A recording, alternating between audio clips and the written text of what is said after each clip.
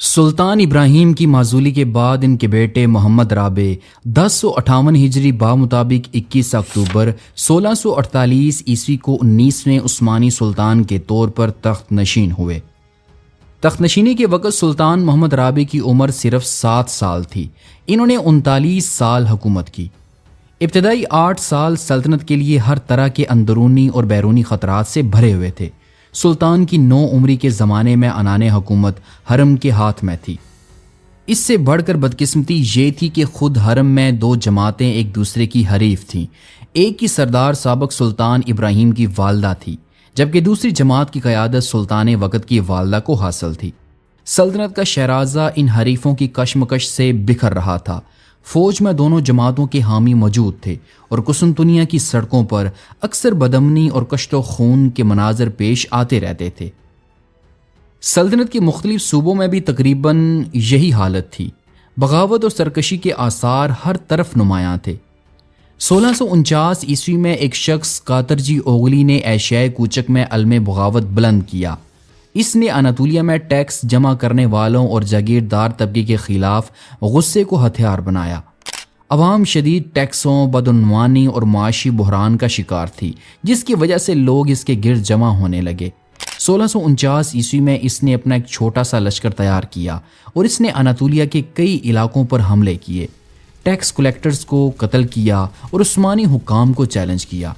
اس کا اثر اناطولیہ کے وسطی اور مشرقی علاقوں تک پھیل چکا تھا۔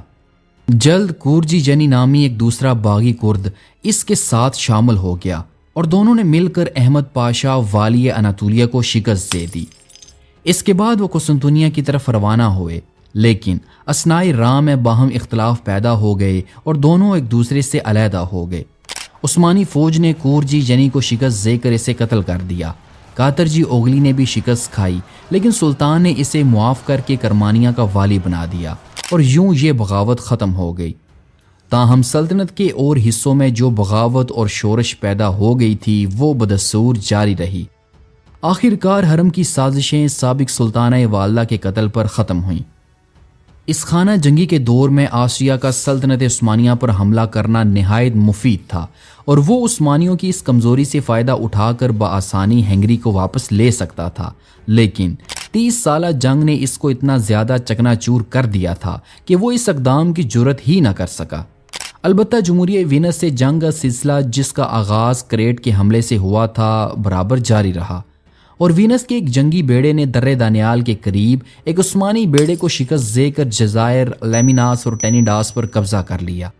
اس نے در دانیال کی ناکہ بندی بھی کر دی، جس کی وجہ سے قسطنطنیہ کے سامان رسد کا راستہ بند ہو گیا۔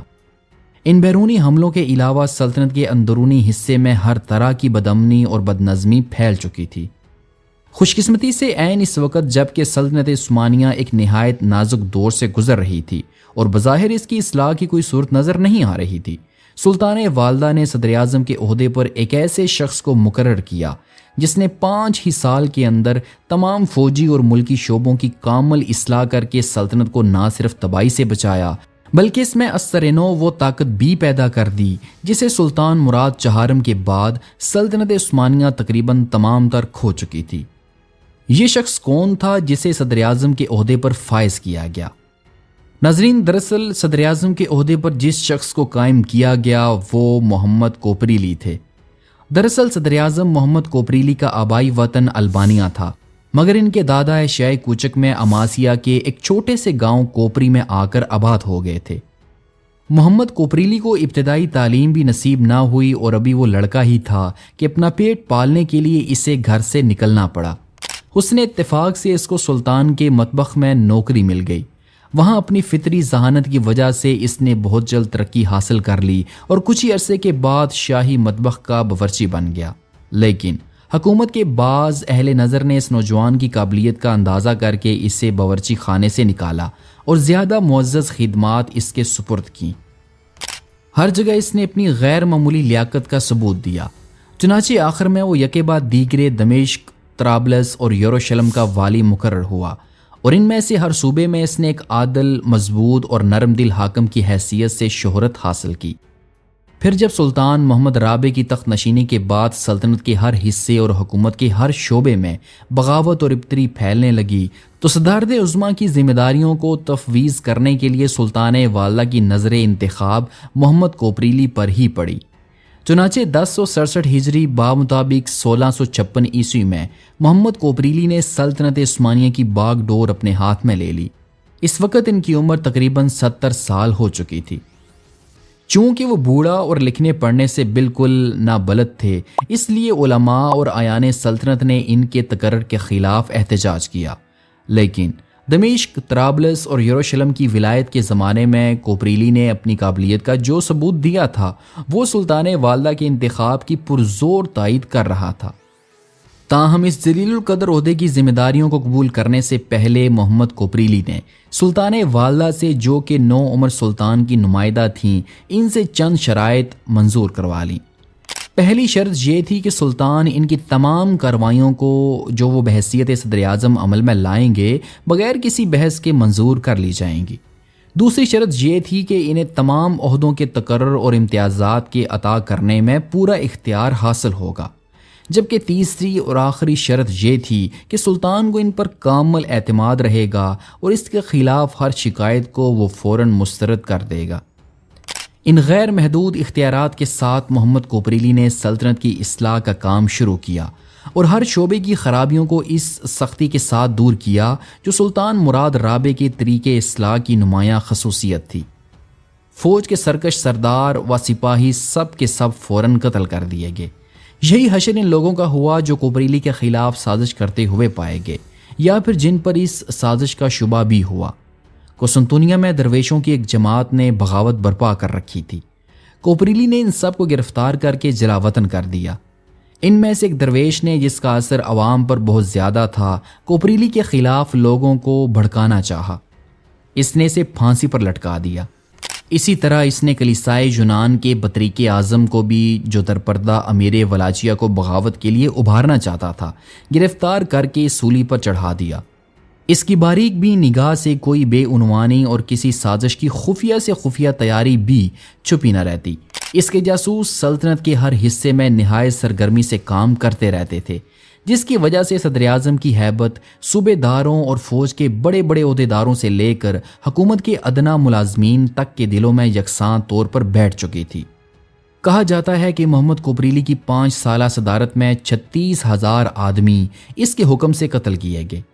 سلطان کی خاص جلاد ذوالفقار کا بیان ہے کہ خود اس کے ہاتھ سے 4,000 سے زیادہ آدمی پھانسی پا کر باسفورس میں پھینک دیے گئے۔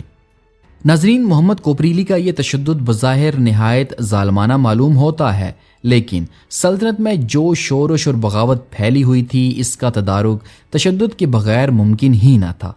یہ اسی سختی کا نتیجہ تھا کہ صرف 5 سال کی مدت میں ہر طرف امن و امان اور عدل و انصاف دکھائی دینے لگا۔ تمام بغاوتیں دیکھتے ہی دیکھتے ختم ہو گئیں، فوج کی سرکشی جاتی رہی اور سلطنت کے ہر شعبے کا نظام درست ہو گیا۔ محمد کوپریلی نے نہ صرف سلطنت کے اندرونی نظم و نسق کو درست کیا بلکہ بیرونی حملوں کو بھی روکا۔ اس نے عثمانی بیڑے کو ازسرنو درست کیا، جس کی وجہ سے بحیر ایجین میں سلطنت عثمانیہ کی ہیبت پھر سے دوبارہ قائم ہو گئی، جس کے بعد عثمانیوں نے وینس کے جہازوں کو شکست دے کر جزائر لیمیناس و ٹینیڈاس واپس لے لیے، اور کینڈیا کا محاصرہ، جو سلطان محمد رابع کے ابتدائی عہد میں فوج کی سرکشی کے باعث کسی حد تک کمزور ہو گیا تھا، دوبارہ پھر اپنی پوری شدت کے ساتھ شروع ہوا۔ یوں سلطنت عثمانیہ کو دوبارہ عروج بخشنے کے بعد بالآخر 1072 ہجری بمطابق 31 اکتوبر 1661 عیسوی میں محمد کوپریلی وفات پا گئے۔ انتقال سے پہلے انہوں نے سلطان اور سلطانہ والدہ سے اپنے بیٹے احمد کوپریلی کو اپنا جانشین نامزد کرا لیا تھا۔ مرتے وقت بھی وہ سلطنت کی بہبودی سے غافل نہ تھے، چنانچہ انہوں نے سلطان سے مندرجہ ذیل 4 نصیحتوں پر خاص طور سے کاربند رہنے کی تاکید کی۔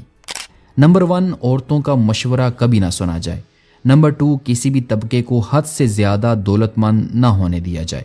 نمبر 3، سلطنت کا خزانہ ہمیشہ پر رکھا جائے، جبکہ نمبر 4، سلطان خود ہمیشہ گھوڑے کی پیٹھ پر رہے اور فوج کو ہمیشہ حرکت میں رکھے۔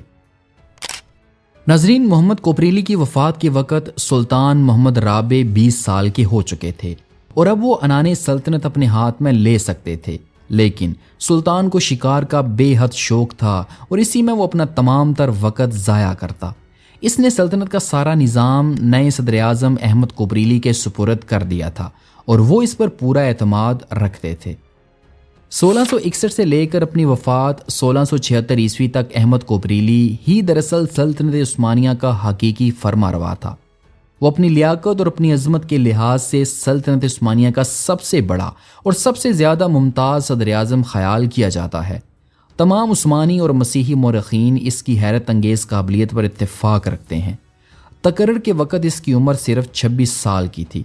محمد کوپریلی نے اسے بہترین تعلیم دلوائی تھی اور انتظام سلطنت کی تعلیم خود اپنی نگرانی میں دی تھی، جبکہ اسے ایک صوبے کی ولایت پر مامور کر کے صدارت عظمیٰ کی ذمہ داریوں کے لیے بھی اسے پہلے سے تیار کر دیا تھا۔ ذاتی خوبیوں کے لحاظ سے بھی احمد کوپریلی نہایت مشہور تھے۔ اس کی خوش اخلاقی اور منکسر مزاجی خاص طور پر لوگوں کو اپنا گرویدہ بنا لیتی تھی۔ وہ شرعی احکام کی پابندی نہایت سختی سے کرتا اور اس کی زندگی اسلامی زندگی کا ایک قابل تقلید نمونہ تھی، جس کا اثر اس کے ہم اثر وزیروں اور عہدیداروں پر بھی پڑا۔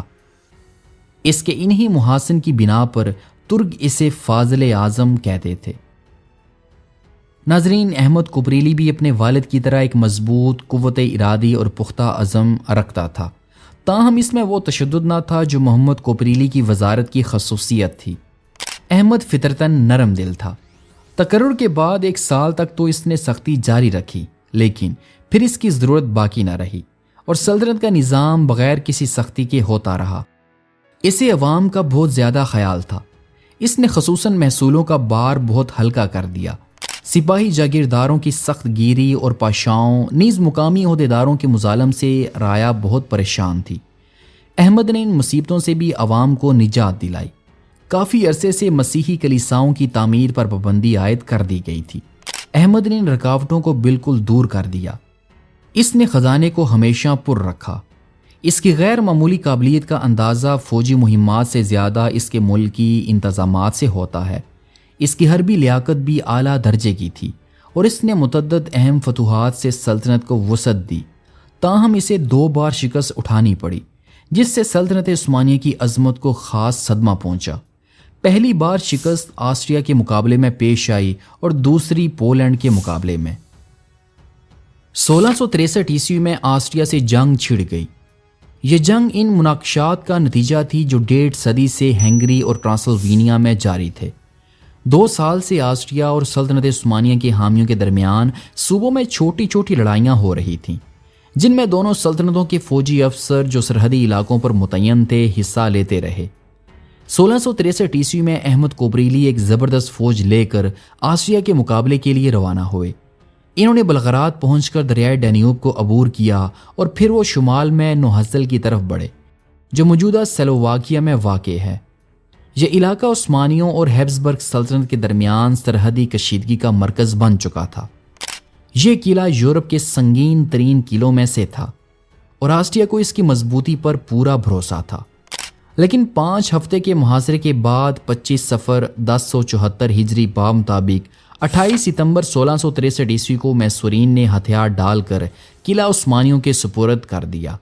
نوحزل کی فتح کے بعد احمد کوپریلی نے متعدد دوسرے قلعوں پر بھی قبضہ کر لیا۔ اس کے بعد وہ موسم سرما گزارنے کے لیے بلغراد واپس چلے گئے۔ دوسرے سال مئی میں وہ پھر نوحزل اور وہاں سے دریائے مور کو عبور کر کے قلعہ سیرونوار جا پہنچے۔ 7 جولائی 1664 عیسوی کو وزیراعظم فاضل احمد کوپریلی کی قیادت میں ترکوں نے اس قلعے کو کامیابی کے ساتھ فتح کر لیا۔ یہ قلعہ وسطی یورپ میں ہیبسبرگ سلطنت کا ایک مضبوط عسکری مرکز تھا اور آسٹریا کے لیے دفاعی اعتبار سے نہایت اہمیت کا حامل تھا۔ عثمانیوں نے کئی ہفتوں کے منظم محاصرے، توپ خانے کی زبردست گولہ باری اور میدان جنگ میں جارحانہ حکمت عملی کے ذریعے بلاخر اس قلعے کو فتح کر لیا۔ پھر 26 جولائی کو وہ کومورن پہنچے، جو ہنگری اور آسٹریا کی سرحد پر دریائے راب کے لبے ساحل واقع تھا۔ اگر وہ اس دریا کو عبور کر لیتے تو ویانا کا راستہ صاف ہو جاتا، لیکن آسٹریا اور ہنگری کی فوجیں ان کی راہ میں حائل تھیں۔ آسٹریا کی مدد کے لیے کانٹ کولینی کی سرکردگی میں فرانس کے مبارزین بھی آ گئے تھے۔ ناظرین، مسیحی فوج کا یہ سالار کانٹ مونٹے کوکوئی تھا جو اپنے وقت کا نہایت ممتاز جنرل تھا۔ عیسائیوں کی تعداد عثمانیوں سے بہت کم تھی، لیکن جنگ سیفسٹیز 1596 عیسوی کے بعد سے جب کہ عثمانیوں نے آسٹریا کو بری طرح شکست دی تھی، آسٹریا اور ہنگری کی فوجوں نے اپنی تنظیم اور اسلحوں میں بہت زیادہ ترقی حاصل کر لی تھی، برخلاف اس کے کہ عثمانیوں کے فوجی نظام میں اندرونی کمزوریاں پیدا ہو گئی تھیں اور وہ اسلحوں کی ترقی میں عیسائی حکومتوں کا ساتھ نہ دے سکے تھے۔ جنگ 30 سالہ کے دوران میں فن حرب میں بعض اہم اصلاحیں ہو گئی تھیں جس سے عثمانی ناآشنا تھے۔ اس لحاظ سے اگرچہ مسیحی فوج کی تعداد عثمانی فوج سے بہت کم تھی، تاہم فنی حیثیت سے وہ اپنے دشمن پر فوقیت حاصل کر چکے تھے۔ ناظرین، جنگ سینٹ گاتھرڈ عثمانی و آسٹریائی جنگوں کی ایک فیصلہ کن اور تاریخی جنگ تھی جو 8 محرم الحرام 1075 ہجری بمطابق 1 اگست 1664 عیسوی کو لڑی گئی۔ یہ مارکہ خانقاہ سینٹ گاتھرڈ کے میدان میں پیش آیا، جہاں فاضل احمد کوبریلی کی زیر قیادت عثمانی فوجیں جو عددی لحاظ سے برتری رکھتی تھیں، آسٹریا، فرانس اور اس کے اتحادیوں سے نبرد آزما ہوئیں۔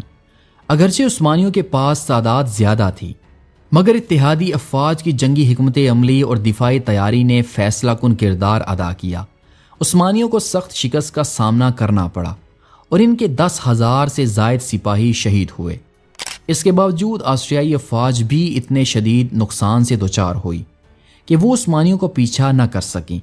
اس صورتحال کا فائدہ اٹھاتے ہوئے فاضل احمد کوبریلی نے اپنی بچی ہوئی فوج کو منظم طریقے سے واپس نکال لیا۔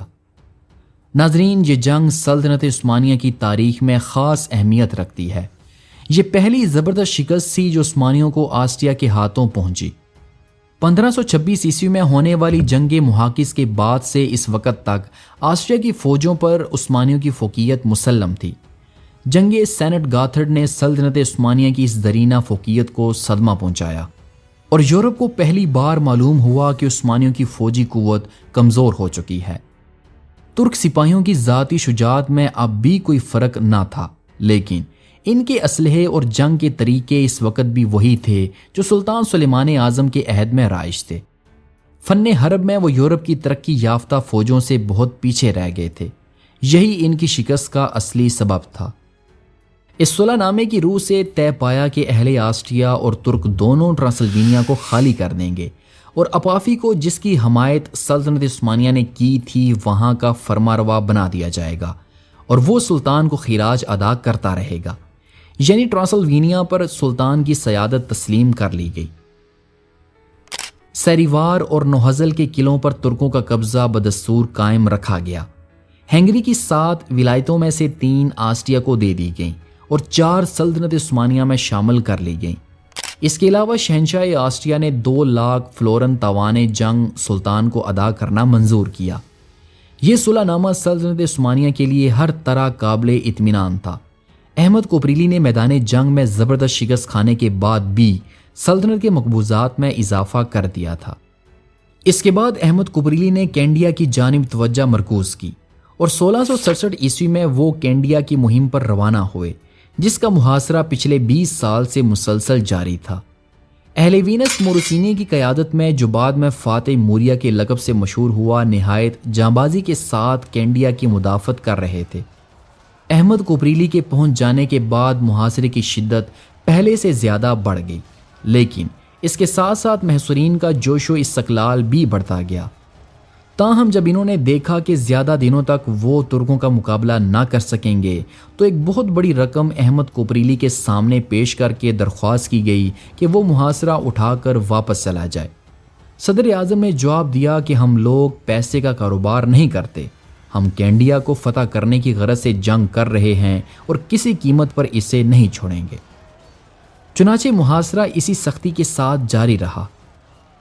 1669 عیسوی میں ایک فرانسیسی جنگی بیڑا جس میں 6000 سپاہی اور فرانس کے طبقے امراء کے بہترین مبارزین شامل تھے، کینڈیا کی مدد کے لیے آ پہنچے۔ اس کے بعد ہی پوپ اور مبارزین مالٹا کی کمک بھی آ پہنچی۔ اس متحدہ بیڑے نے، جس میں 70 جہاز سے، عثمانیوں پر سمندر کی جانب سے گولے برسانا شروع کیے اور محصورین سامنے سے گولہ باری کرتے رہے، لیکن اس دو طرفہ حملے کے باوجود احمد کوپریلی نے کوئی قدم پیچھے نہ ہٹایا اور بالآخر مجبور ہو کر موریسینی نے 6 ستمبر 1669 عیسوی کو باعزت شرائط کے ساتھ ہتھیار ڈال دیے اور یہ محاصرہ جو تقریباً 21 سال سے جاری تھا ختم ہوا۔ کریٹ کے پورے جزیرے پر ترکوں کا قبضہ ہو گیا۔ چند دنوں کے بعد جمہوریہ وینس اور سلطنت عثمانیہ کے درمیان ایک صلح نامہ لکھا گیا جس کی روح سے وینس نے کریٹ کا سلطنت عثمانیہ میں شامل کیا جانا تسلیم کر لیا۔ البتہ اس کی 3 چھوٹی چھوٹی بندرگاہوں پر تجارتی اغراض کے لیے وینس کا قبضہ باقی رکھا گیا۔ فتح کے بعد احمد کوپریلی کئی ماہ تک کینڈیا میں مقیم رہے اور وہاں کی حکومت کا نظم و نسق درست کرنے کے بعد وہ واپس قسطنطنیہ چلے آئے۔ ناظرین، احمد کوپریلی کی تیسری مہم خاص توجہ کی مستحق ہے کیونکہ اس سے اس نزاع کی ابتدا ہوتی ہے جس کا سلسلہ سلطنت عثمانیہ اور روس کے درمیان ایک عرصے تک قائم رہا۔ ہوا دراصل کچھ یوں کہ 1670 عیسوی میں اوکرین کے قزاقوں نے جو پولینڈ کی رعایا سمجھے جاتے تھے، انہوں نے حکومت سے بعض حقوق کا مطالبہ کیا۔ پولینڈ کے بادشاہ نے ان مطالبات کو ماننے سے انکار کر دیا اور ان کو زیر کرنے کے لیے اس نے ایک فوج جنرل سوبیسکی کی سرکردگی میں اوکرین روانہ کی۔ قزاقوں نے اپنے سردار ڈوریسینسکو کے علم کے نیچے اس فوج کا بہادری کے ساتھ مقابلہ کیا، لیکن آخرکار انہوں نے محسوس کیا کہ سلطنت عثمانیہ کی مدد کے بغیر وہ کامیاب نہ ہو سکیں گے۔ چنانچہ ڈوریسینسکو 1672 عیسوی میں قسطنطنیہ آیا اور اپنی قوم کی طرف سے اس نے عثمانی دربار میں نذرانہ اطاعت پیش کر کے سرپرستی کی درخواست کی۔ سلطان نے اس کی درخواست قبول کی اور اوکرین کو سلطنت عثمانیہ کا ایک صوبہ قرار دے کر اسے وہاں کا سنجق بے مقرر کر دیا۔ ساتھ ہی خانہ کریمیا کو حکم بھیجا کہ قزاقوں کی مدد کی جائے اور 6000 کا ایک ترک دستہ بھی ان کی مدد کے لیے قسطنطنیہ سے اوکرین روانہ کیا گیا۔ سلطنت عثمانیہ کی ان کارروائیوں کے خلاف پولینڈ نے احتجاج کیا۔ زار روس نے بھی سلطان کو دھمکی دی کہ اگر ان قزاقوں کی مدد کی تو روس پولینڈ کی حمایت کرے گا۔ صدر اعظم نے اس دھمکی کی پرواہ نہ کی اور پولینڈ اور روس دونوں کو یہ جواب دیا کہ اوکرین کی نسبت سلطان کا فیصلہ اپنی جگہ پر قائم رہے گا۔ احمد کوپریلی نے خود اپنے قلم سے ایک خط سفیر پولینڈ کو لکھا جس میں اوکرین کے قزاقوں کی مظلومیت دکھا کر یہ بتایا کہ جب انہوں نے سلطنت عثمانیہ کے دامن میں پناہ لی تو ان کی حمایت کرنا سلطنت عثمانیہ پر فرض ہو گیا۔ غرض 1672 عیسوی میں پولینڈ اور سلطنت عثمانیہ کے درمیان جنگ چھڑ گئی جس کا سلسلہ 4 سال تک قائم رہا۔ اس مہم پر احمد کوپریلی کے ساتھ سلطان محمد رابع بھی روانہ ہوئے۔ وہ فوج لے کر پوڈولیا داخل ہوئے جو پولینڈ کا ایک صوبہ تھا۔ احمد کوپریلی نے پوڈولیا کے پائے تخت کمنیک کا محاصرہ کر لیا۔ اس قلعے کی تذکیر اس وقت تک ناممکن خیال کی جاتی تھی، لیکن صرف 9 روز کے محاصرے کے بعد 26 اگست 1672 عیسوی کو ترکوں نے اسے فتح کر لیا۔ 9 ستمبر کو دوسرا مشہور اور مضبوط شہر لیمبرگ بھی فتح ہو گیا۔ ان فتوحات کے بعد مائیکل شاہ پولینڈ نے صلح کی درخواست کی اور صلح نامہ بوزاکس پر دستخط کر کے پوڈولیا اور اوکرین کے صوبے سلطنت عثمانیہ کے حوالے کر دیے گئے اور 2,20,000 دکات سالانہ خراج دینا منظور کر لیا۔ صلح کے بعد سلطان محمد رابع ایک فاتح کی حیثیت سے ادرنے واپس لوٹے، لیکن ناظرین یہ صلح بالکل عارضی ثابت ہوئی۔ سوبیسکی اور پولینڈ کے دوسرے عمراء نے اس صلح کو یک قلم مسترد کر دیا اور اثرنو جنگ کی تیاریاں کرنے لگے۔ چنانچہ 1673 میں احمد کوپریلی پولینڈ کی سرکوبی اور زار روس کی تنبیہ کے لیے جس نے گزشتہ جنگ میں پولینڈ کو مدد پہنچائی تھی پھر روانہ ہوئے، لیکن 11 نومبر 1673 عیسوی کو سوبیسکی نے اچانک ترک لشکر پر جو کہ خزین کے قریب خیمہ زن تھا چھاپا مارا۔ احمد کوپریلی کو سخت شکست ہوئی۔ ولاچیا اور مالدیویا کے فرما رواؤں نے بھی عین وقت پر غداری کی اور وہ اپنے اپنے دستے لے کر سوبیسکی کی فوج سے جا ملے۔ دوسرے سال سلطنت عثمانیہ نے پھر ایک فوج اوکرین کی مہم پر بھیجی، لیکن سوبیسکی کے مقابلے میں جس کی حمایت سلطنت روس اب اعلانیہ طور پر کر رہی تھی اسے کامیابی حاصل نہ ہوئی اور پولینڈ اور روس کی متحدہ فوج کے سامنے اسے پسپا ہونا پڑا۔ 1674 عیسوی میں شاہ مائیکل کی وفات پر سوبیسکی پولینڈ کے تخت پر بٹھایا گیا اور دوسرے ہی سال اس نے لیمبرگ پر ترکوں کو ایک اور زبردست شکست دی، مگر اس شکست کے باوجود ترکوں کے عزم و استقلال میں کوئی فرق نہ آیا اور بالآخر سوبیسکی کو زارانہ میں شکست دے کر انہوں نے پوڈولیا کے پورے صوبے پر دوبارہ قبضہ کر لیا۔ اب سوبیسکی کو مجبور ہو کر صلح کرنی پڑی۔ صلح نامہ زارانہ 27 اکتوبر 1676 عیسوی میں کیمینیک اور پوڈولیا پر ترکوں کا قبضہ تسلیم کیا گیا اور تمام اوکرین علاوہ چند مقامات کے سلطنت عثمانیہ کے قبضے میں آ گیا۔ اس صلح کے 3 ہی روز کے بعد احمد کوپریلی نے وفات پائی۔ اگرچہ اسے آسٹریا اور پولینڈ کے مقابلے میں سینٹ گاتھرڈ اور خوزیم میں شکست ہوئی تھی، تاہم اس نے خوش انتظامی اور حسن تدبیر سے ان کی پوری تلافی کر دی اور پوڈولیا، کریٹ، نوحزل اور سرنوار کو سلطنت عثمانیہ میں شامل کر کے اس کی وسعت میں اہم اضافے کیے۔ ان بیرونی فتوحات کے علاوہ اس نے سلطنت کی اندرونی بغاوتوں اور شورشوں کو بھی ختم کر دیا۔ جہاں تک سلطنت کے حسن انتظام، عدل و انصاف، نیز مالی اور فوجی قوت کا تعلق ہے، کسی وزیر نے اس سے زیادہ کارنامے نہیں دکھائے اور یہ سب کچھ اس نے بغیر کسی ظلم و تشدد کے کیا۔ اس نے عوام کے تمام طبقوں کی سرپرستی کی اور ہر مذہب و ملت کے پیروکاروں کے ساتھ یکساں طور پر عدل و انصاف کیا۔ عہد و پیمان کی پابندی اس کا ایک مخصوص وصف تھا۔ اپنی بے نظیر لیاقت اور کارگزاریوں کے لحاظ سے وہ سلطنت عثمانیہ کا سب سے بڑا وزیر خیال کیا جاتا تھا۔ ناظرین، احمد کوپریلی کی وفات پر امید کی جاتی تھی کہ سلطان اس کے بھائی مصطفیٰ کوپریلی کو، جو مختلف صوبوں کا حاکم رہ چکا تھا اور جس میں احمد کے بہت سے اوصاف پائے جاتے تھے، صدر اعظم مقرر کیا جائے گا۔ لیکن اس توقع کے خلاف اس نے اپنے داماد کارا مصطفیٰ کو اس عہدے پر مامور کیا۔ یہ انتخاب سلطنت کے لیے حد درجے نقصان دہ ثابت ہوا۔ کارا مصطفیٰ کا نسب العین تمام تر اپنی ذاتی ترقی تھا۔ اس میں وہ اہلیت بالکل بھی نہ تھی جو سلطنت عثمانیہ کے وزیر اعظم میں ہونی چاہیے تھی۔ اس میں دولت کی ہوس کی کوئی انتہا نہ تھی۔ دولت کا وہ حد درجے شیدائی تھا، چنانچہ سلطنت کے بڑے بڑے عہدے اور امتیازات معمولی قیمتوں پر فروخت کر دیتا تھا۔ اس طرح اس نے بہت زیادہ دولت جمع کر لی تھی۔ تھوڑے ہی عرصے میں اس کی سختیوں کی وجہ سے عوام پریشان ہو گئی۔ اسی ہوس کے ماتحت، جو کہ اس کے مزاج کی نمایاں خصوصیت تھی، وہ آسٹریا پر حملہ کر کے ویانا کی فتح کا حوصلہ رکھتا تھا، کیونکہ ویانا کی فتح کے بعد وہ اپنے لیے دریائے ڈینیوب اور دریائے ریہائن کے درمیانی علاقوں کی فرمانروائی حاصل کرنا چاہتا تھا۔ لیکن آسٹریا کی طرف بڑھنے سے پہلے روس سے جنگ چھڑ گئی، جس میں کارا مصطفیٰ کو ہزیمت اٹھانی پڑی۔ کارا مصطفیٰ کی سختیوں کی وجہ سے اوکرین کے قزاق بہت عاجز آ چکے تھے، یہاں تک کہ مجبور ہو کر انہوں نے فروری 1670 عیسوی میں علم بغاوت بلند کر دیا۔ روس نے ان کی بھرپور حمایت کی۔ یہ اطلاع پا کر کارا مصطفیٰ ایک فوج لے کر اوکرین میں داخل ہوا۔ وہاں اسے باغیوں کے علاوہ روس اور پولینڈ کی فوجوں سے بھی مقابلہ پیش آیا اور اس کو شکست ہوئی۔ دوسرے سال تازہ فوجوں کے ساتھ وہ پھر لوٹا اور 21 اگست 1678 عیسوی کو اس نے قلعہ سیزرائم فتح کر لیا۔ 3 سال تک مختلف مارکے پیش آتے رہے، جس میں کبھی ایک فریق کو فتح ہوئی تو کبھی دوسرے کو۔ بالآخر 1681 عیسوی کو سلطنت عثمانیہ اور روس کے درمیان صلح ہو گئی اور سلطنت عثمانیہ اوکرین سے دستبردار ہو گیا۔ 5 سال بعد روس اور پولینڈ کے درمیان ایک معاہدہ ہوا، جس کی روس سے پورے اوکرین پر روس کی سیادت تسلیم کر لی گئی۔ ناظرین، 1682 عیسوی میں کارا مصطفیٰ کو آسٹریا پر حملہ کرنے کا موقع ہاتھ آ گیا۔ ہوا کچھ یوں کہ ہنگری کا جو حصہ آسٹریا کے زیر حکومت تھا، اس نے شہنشاہ لیوپولڈ کے مذہبی پابندیوں سے عاجز آ کر بغاوت کر دی۔ باغیوں کے سردار توکولی نے آسٹریا سے آزادی کا اعلان کر کے خود کو ہنگری کا فرمانروا قرار دیا اور اس نے سلطان کی سیادت قبول کر لی۔ کارا مصطفیٰ کے لیے یہ موقع نہایت اہم تھا۔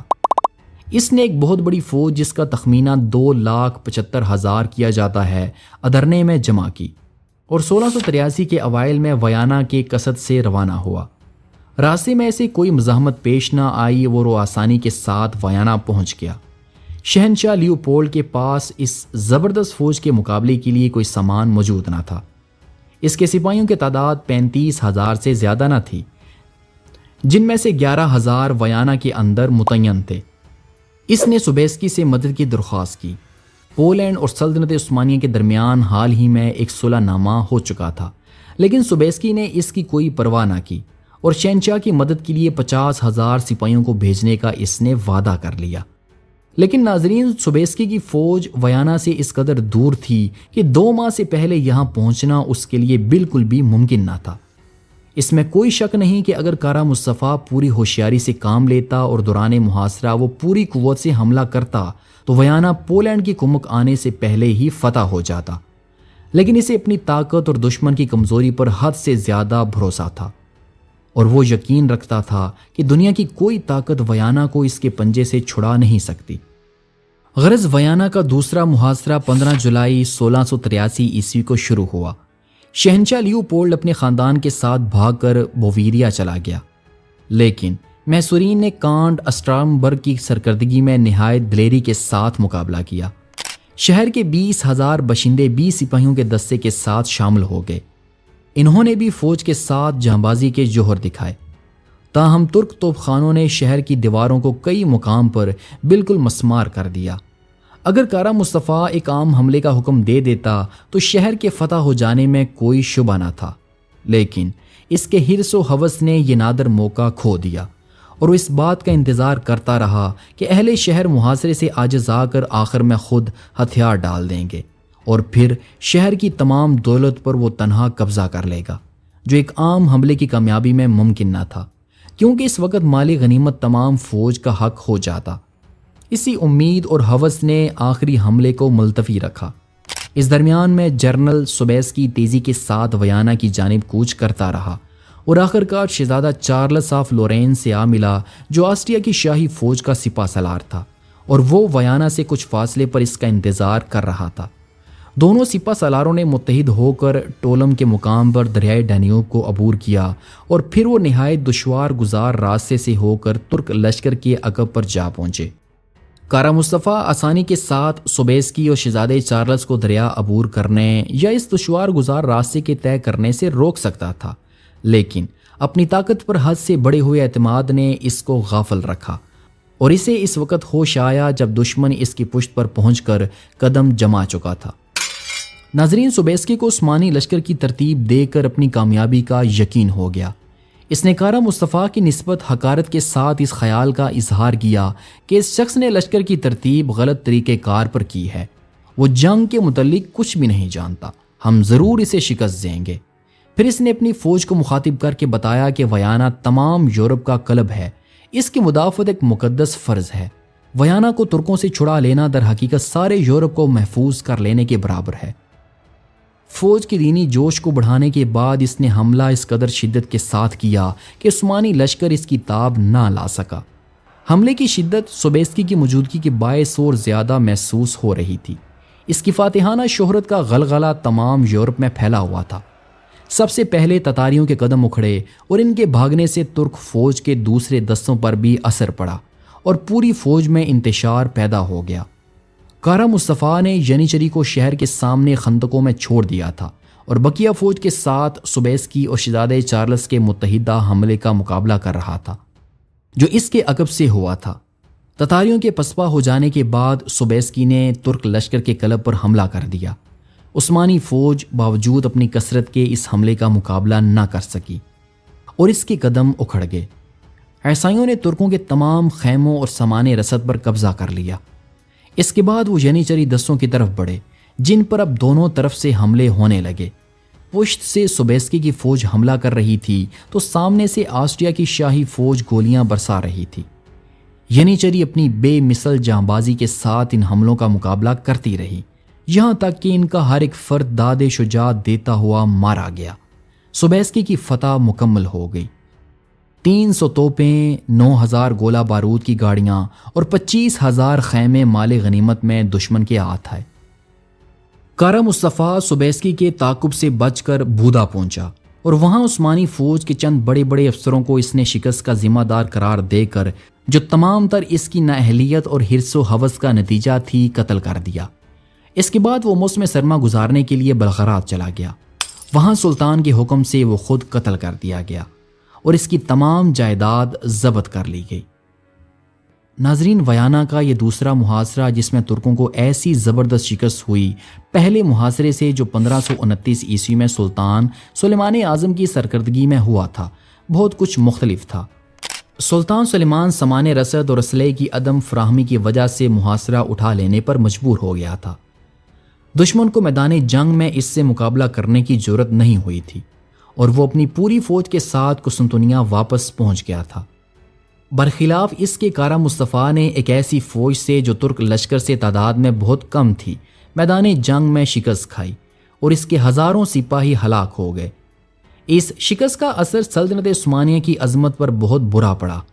یورپ کو معلوم ہو گیا کہ عثمانی فتوحات کا دور اب ختم ہو گیا ہے اور وسط یورپ کی سلطنتیں جو 200 برس سے مستقل طور پر ترکوں کے حملوں سے خائف چلی آ رہی تھیں اب ہمیشہ کے لیے مطمئن ہو گئیں۔ ویانا میں ترکوں کی شکست سے تمام یورپ میں شادیانے بجنے لگے اور ان عیسائی حکومتوں نے جو سلطنت عثمانیہ کی مغربی سرحدوں پر واقع تھیں بیک وقت انہوں نے سلطنت عثمانیہ پر حملہ کر دیا۔ یورپ نے ترکوں کے خلاف ایک مذہبی جنگ کا اعلان کیا اور اس کے لیے عیسائی حکومتوں کا ایک مقدس اتحاد 1684 عیسوی میں قائم کیا گیا، جس میں آسٹریا، پولینڈ، وینس اور مالٹا شریک ہوئے، اور 1686 عیسوی میں روس بھی اس میں شامل ہو گیا۔ نئے صدر اعظم ابراہیم پاشا نے ان حملہ آوروں کے مقابلے کی حتی الامکان کوشش کی، لیکن ویانا کی شکست میں عثمانی فوجوں اور خصوصاً توپخانوں کا جو نقصان ہوا تھا اس کی تلافی فوراً ممکن نہ تھی۔ نتیجہ یہ ہوا کہ آسٹریا کی شاہی فوجوں نے، جن میں پولینڈ اور جرمنی کے مختلف صوبوں کی فوجیں بھی شامل ہو گئی تھیں، شہزادے چارلس کی سرکردگی میں گران، نوہزل، اوفن اور زیجڈین جیسے اہم اور مضبوط مقامات پر انہوں نے قبضہ کر لیا اور پھر بلغراد کے علاوہ ہنگری کے ان تمام قلعوں کو فتح کر لیا جن پر ترک قابض تھے۔ کروشیا کا صوبہ بھی جو 150 برس سے سلطنت عثمانیہ کا مقبوضہ تھا ان کے ہاتھ سے نکل گیا۔ ادھر وینس نے بوسنیا اور البانیا پر حملہ کر دیا اور موروسینی جمہوریہ کی فوجیں لے کر موریا میں داخل ہوا اور کون، توارنیوں، کورنتھ، ایتھنز اور دوسرے اہم شہروں پر قبضہ کر لیا۔ تقریباً پورا یونان وینس کے قبضے میں آ گیا۔ یونانیوں نے اس حملے کی مدافعت میں ترکوں کو کوئی کسی قسم کی مدد نہ دی۔ جمہوریہ کی فتح کے بعد انہیں معلوم ہو گیا کہ اہل وینس کی حکومت ترکوں کے مقابلے میں کتنی زیادہ سخت اور ظالمانہ ہے۔ 18 جون 1686 عیسوی کو آسٹریا کی فوجوں نے شہزادے چارلس کی زیر قیادت بودا کا محاصرہ کر لیا۔ صدر اعظم سلیمان پاشا نے اسے بچانے کی ہر ممکن کوشش کی، لیکن تازہ کمک پہنچنے سے قبل شہر فتح ہو گیا۔ ابدی پاشا اور ترک دستہ جو قلعے کی مدافعت کر رہا تھا نہایت جانبازی کے ساتھ لڑتا ہوا مارا گیا۔ ناظرین، یہ شہر 145 سال سے ترکوں کے قبضے میں تھا اور اس دوران اس نے 6 محاصروں کا کامیابی کے ساتھ مقابلہ کیا تھا، لیکن 3 شوال 1098 ہجری بمطابق 12 اگست 1687 عیسوی کو محاکس کا مارکا پیش آیا۔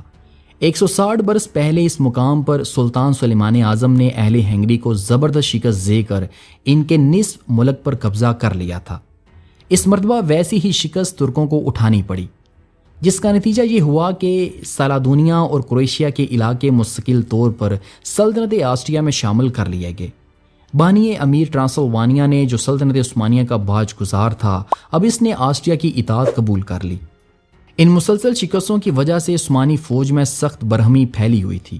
فوج کے افسروں نے متفقہ طور پر سیاوش پاشا کو اپنا سپاہ سالار اعظم منتخب کیا اور صدر اعظم سلیمان پاشا کے قتل کا مطالبہ کیا۔ سلطان نے فوج کی برہمی اور بغاوت کے آثار دیکھ کر یہ مطالبہ منظور کر لیا اور سلیمان پاشا کی جگہ سیاوش پاشا کو صدر اعظم مقرر کر دیا گیا۔ سلیمان پاشا سلطان کے حکم سے قتل کر دیا گیا۔ امید تھی کہ اس مطالبہ کی پورا ہو جانے کے بعد فوج مطمئن ہو جائے گی اور قسطنطنیہ کا رخ نہیں کرے گی، لیکن ادرنا پہنچنے کے بعد وہ دارالسلطنت کی طرف روانہ ہوئی اور وہاں آ کر خود سلطان کی معزولی کا مطالبہ کرنے لگی۔ سلطنت کے بڑے بڑے عہدیداروں نے بھی جو قسطنطنیہ میں موجود تھے متفقہ طور پر اس مطالبے میں فوج کا ساتھ دیا۔ چنانچہ علماء کی ایک مجلس میں بغیر کسی اختلاف کے سلطان کے معزولی کا فتویٰ منظور کر لیا گیا۔ ساتھ ہی انہوں نے اس کے بھائی سلیمان کو اس کا جانشین منتخب کر دیا۔ چنانچہ 2 محرم 1099 ہجری بمطابق 8 نومبر 1670 عیسوی کو سلطان محمد رابع کو تخت سے اتار کر محل کے اس حصے میں نظر بند کر دیا جہاں اب تک اس نے سلیمان کو نظر بند کر رکھا تھا، اور سلیمان کو وہاں سے لا کر تخت پر بٹھا دیا گیا۔ 5 سال بعد 8 ربیع الثانی 1104 ہجری بمطابق 17 دسمبر 1692 عیسوی کو اس کا انتقال ہو گیا۔ سلطان محمد رابع کے عہد میں سلطنت عثمانیہ کو ایک شدید صدمہ یہ بھی پہنچا کہ الجزائر اور تیونس کی حکومتیں آزاد ہو گئیں۔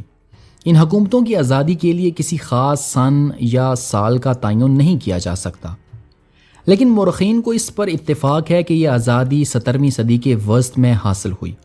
اس کے اسباب اس صدی کے ابتدا ہی میں پیدا ہو گئے تھے، جبکہ حکومت کے اعلیٰ عہدیداروں کا تقرر ذاتی لیاقت اور تجربے کے بجائے سفارش اور رشوت کی بنا پر کیا جانے لگا تھا، اور سلطنت کے دوسرے صوبوں کے حکام کی طرح الجزائر اور تیونس کے صوباداروں نے بھی بڑی بڑی قیمتیں ادا کر کے اپنے عہدے حاصل کرنا شروع کر دیے تھے۔ کچھ دنوں کے بعد الجزائر اور تیونس کے مقامی فوجی دستوں نے اپنے سردار خود ہی منتخب کرنا شروع کیے۔ ابتدا میں تو یہ انتخاب منظوری کے لیے سلطان کے سامنے پیش کیا جاتا تھا۔ وہ یا تو منتخب شدہ امیدوار کو مقرر کر دیتے یا اس کے بجائے کسی دوسرے کا تقرر کر دیتے تھے۔ یہ بھی تھوڑے ہی دنوں قائم رہا اور پھر اس انتخاب کو سلطان کے سامنے پیش کرنے کا رواج بھی جاتا رہا۔ رفتہ رفتہ ان فوجی سرداروں نے، جو ڈے کہلاتے تھے، حکومت کی اصلی قوت اپنے ہاتھوں میں لے لی اور بالآخر ان پاشاؤں کو برطرف کر دیا جو برائے نام صوبادار بنا کر قسطنطنیہ سے بھیجے جاتے تھے۔ اس طرح ان دونوں صوبوں نے خود مختاری حاصل کر لی۔ کبھی کبھی وہ سلطنت عثمانیہ کی مدد اپنے جنگی بیڑے سے کرتے رہتے تھے، لیکن سلطنت عثمانیہ کے محکوم کی حیثیت سے نہیں بلکہ اسلامی اخوت کی بنا پر۔ دونوں حکومتوں کے پاس جنگی جہازوں کے مضبوط بیڑے موجود تھے جو بحیرہ روم میں چکر لگاتے رہتے تھے اور وہاں سے نکل کر بحر اٹلانٹک کے علاقوں پر چھاپا مارا کرتے تھے۔ سلطنت عثمانیہ سے ان حکومتوں کی آزادی کا ایک بڑا ثبوت یہ ہے کہ دوسری سلطنتیں سلطنت عثمانیہ سے جنگ کا اعلان کیے بغیر الجزائر اور تیونس کے بحری جہازوں پر حملہ کرتی رہتی تھیں، اور ان حملوں سے ان کے اور سلطنت عثمانیہ کے باہمی تعلقات پر کوئی ناگوار اثر نہیں پڑتا تھا۔ چنانچہ 1617 عیسوی میں ایک فرانسیسی بیڑے نے امیر البحر بولو کی سرکردگی میں الجزائر کے بیڑے پر حملہ کر کے اس کے بہت سے جہازوں کو غرق کر دیا۔ اسی طرح 1620 عیسوی میں انگریز امیر البحر سر رچرڈ مانسل نے الجزائر پر حملہ کیا، کیونکہ گزشتہ 5 سال کے اندر الجزائر کے جہازوں نے 400 انگریز تجارتی جہازوں کو گرفتار کر لیا تھا، لیکن اس حملے سے کوئی خاص فائدہ نہ ہوا۔ 1655 عیسوی میں ایک دوسرے انگریزی بیڑے نے جو امیر البحر بلیک کی قیادت میں تھا تیونس پر گولے برسا کر اس کے جہازوں کی ایک بڑی تعداد جلا ڈالی۔ اس کے بعد بلیک الجزائر کی طرف بڑھا۔ وہاں کے ڈے نے بغیر کسی جنگ یہ تمام انگریز قیدیوں کو رہا کر دیا۔ ان دونوں صورتوں میں انگلستان اور سلطنت عثمانیہ کے درمیان کسی جنگ کا اعلان نہیں ہوا اور نہ ہی سلطان نے انگلستان کے اس فعل پر کوئی شکایت کی۔ 1663 عیسوی میں انگلستان، الجزائر اور سلطنت عثمانیہ کے درمیان ایک صلح نامہ لکھا گیا، جس کی روح سے انگلستان کو یہ حق دیا گیا کہ اگر الجزائر کی طرف سے معاہدہ شکنی ہو تو انگلستان اس سے انتقام لے سکتا ہے، مگر اس سے انگلستان اور سلطنت عثمانیہ کے تعلقات میں کوئی کشیدگی پیدا نہ ہوئی۔ چنانچہ اس عہد نامے کے مطابق انگلستان کو بارہا الجزائر پر حملہ کرنے کا اتفاق ہوا، لیکن یہ حملے بیشتر بے سود ثابت ہوئے۔ غرض سلطنت عثمانیہ سے الجزائر اور تیونس کی آزادی 1650 عیسوی کے قریب عمل میں آئی۔ الجزائر نے تقریباً 200 برس تک اپنی خود مختاری قائم رکھی، لیکن 1830 عیسوی میں فرانس نے اسے فتح کر کے اپنی سلطنت میں شامل کر لیا۔ تیونس کی آزادی نصف صدی سے زائد تک قائم رہی۔ 1881 عیسوی میں یہ حکومت بھی سلطنت فرانس میں شامل کر لی گئی۔ سلطان محمد رابع کے عہد میں ینیچری کے نظام میں ایک اہم ترمیم کی تکمیل ہوئی۔ شروع میں یہ فوج تمام ترین نوجوانوں پر مشتمل ہوتی تھی جو ہر سال سلطنت کی عیسائی رعایا میں سے منتخب کیے جاتے تھے، لیکن سلطان مراد رابع کے وقت سے عیسائی لڑکوں کی قید اٹھا دی گئی، چونکہ یہ فوج تمام افواج عثمانی میں سب سے زیادہ معزز خیال کی جاتی تھی اور اس کے سپاہیوں کو بہت سے ملکی اور فوجی فوائد حاصل تھے، اس لیے ترکیوں نسل اور مسلمان امیدوار بھی نہایت شوق کے ساتھ اس میں داخل ہونے کے خواہش مند تھے۔ چنانچہ قدیم دستور میں پہلے یہ ترمیم کی گئی کہ ینیچری سپاہیوں کے بچوں کو بھی اس میں داخلے کا حق دیا گیا۔ تھوڑے ہی دنوں کے بعد دوسرے مسلمان امیدوار بھی لیے جانے لگے، اور عیسائی رایا سے ہر سال جو مطالبہ ہوا کرتا تھا اس میں بہت کمی ہو گئی۔ لیکن 1675 سے جو صدر اعظم احمد کوپریلی کی وزارت کا آخری سال تھا، عیسائی لڑکوں کا داخلہ بالکل ختم کر دیا گیا۔ اس ترمیم کے مکمل ہو جانے پر ینیچری کی تعداد میں بہت زیادہ اضافہ ہو گیا۔ ینیچری سپاہیوں کے بڑے بڑے دستے سلطنت کے خاص شہروں میں متعین کر دیے گئے۔ وہاں وہ اپنے بال بچوں کے ساتھ مختلف کاروباری زندگی میں مشغول ہو گئے اور صرف جنگ کے موقعوں پر سلطنت کی دوسری فوجوں کے ساتھ شریک ہو جاتے تھے۔ ان کی خاص راہبانہ اور فوجی زندگی کا خاتمہ بہت پہلے ہو چکا تھا۔